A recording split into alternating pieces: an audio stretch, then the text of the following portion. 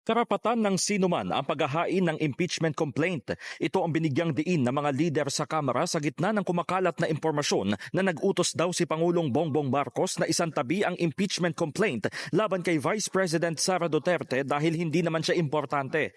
Nanindigan ang mga kongresista na wala silang napag-uusapang impeachment. Sabi ni House Committee on Good Government and Public Accountability Chairman Joel Chua, mas nakatutok sila sa pagdinig sa mga issue hinggil sa confidential funds.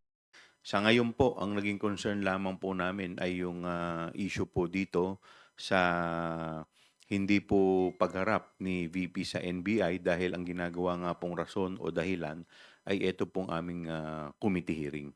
Ipinunto rin ni Zambales Representative Jay Conghun na masyadong abala ang Kamara para bigyan ng pansin ang impeachment. Siguro nasa kanya-kanyang konsensya na yan, no?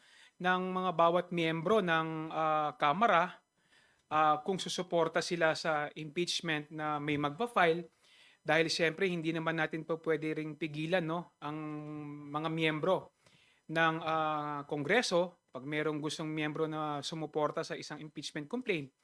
Pero kami kasi sa administrasyon hindi pa nga namin pinag-uusapan, no, patungkol sa impeachment dahil abalang-abala